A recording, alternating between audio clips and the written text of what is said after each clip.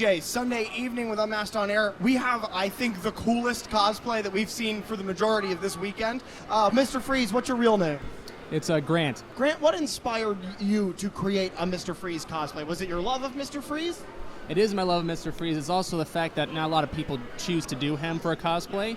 So I thought it'd be really fun to try to test the limits of the costume and make something that no one's seen. What was the most difficult part of the Mr. Freeze cosplay you have? I would say it was trying to figure out how to put the ice and snow on, and then also the whole backpack I have behind me too, how to hook that up so that everything would work with the lights and everything like that as well. Is it difficult to impossible to see out of your mask? It's a little bit difficult to see. Sadly, my costume's not as cool as it looks, so I just kind of have to suffer in it, but it's so worth it at the end of the day. But yeah, I can see just enough out of here. Ladies and gentlemen, this is Grant's Mr. Freeze. Again, this has been a really good weekend here at MegaCon, and this is one of those costumes that you see it light up. Let's see the backpack. Just too cool. Just too cool.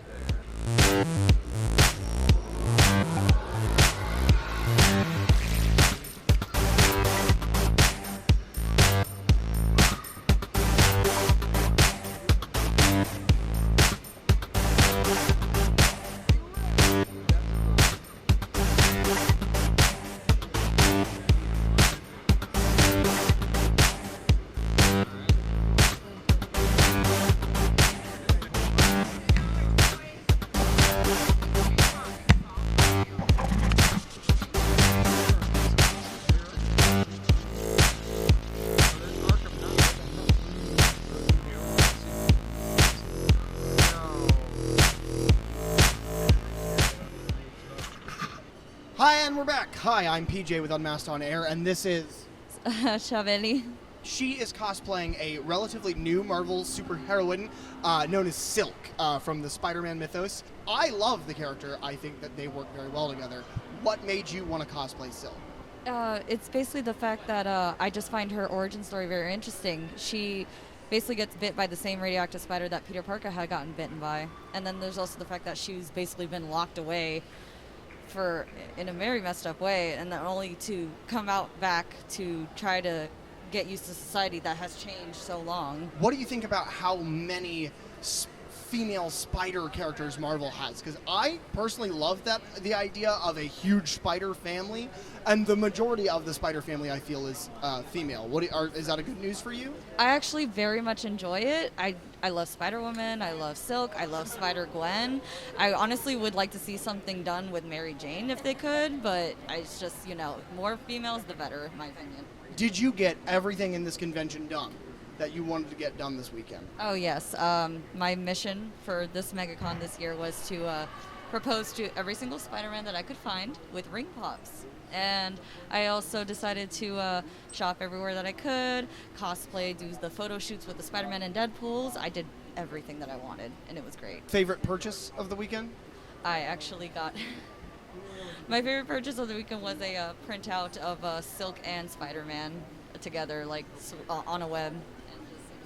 That's awesome. You started laughing, and I thought it was going to be something embarrassing. And I was like, oh, sweet. Because I really like them both together. They're my favorite couple in the Spider series. And I just... Our listeners know that I love romantic comedy movies. It's a sickness, and so I feel you, and I completely agree. Anyway, guys, this Silk cosplay was the best I've seen so far, which is why we had to get it. The whole costume's great. The mask lifts up and off. Thank you so much for sitting here with us for a little while. Guys, we'll be with you soon. Thank you. Say goodbye. Bye.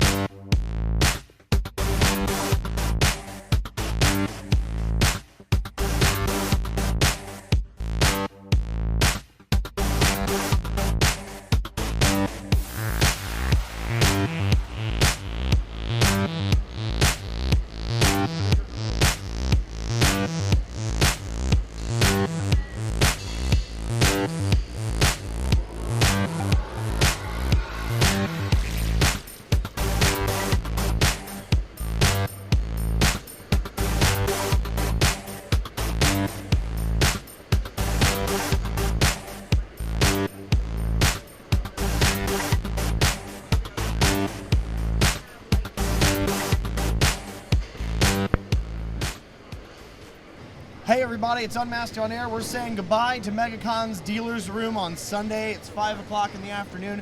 A lot of places started closing down about 10-15 minutes ago. So much money was spent. I will regret it all in 3 days, but then in a month I'll be glad that I did it.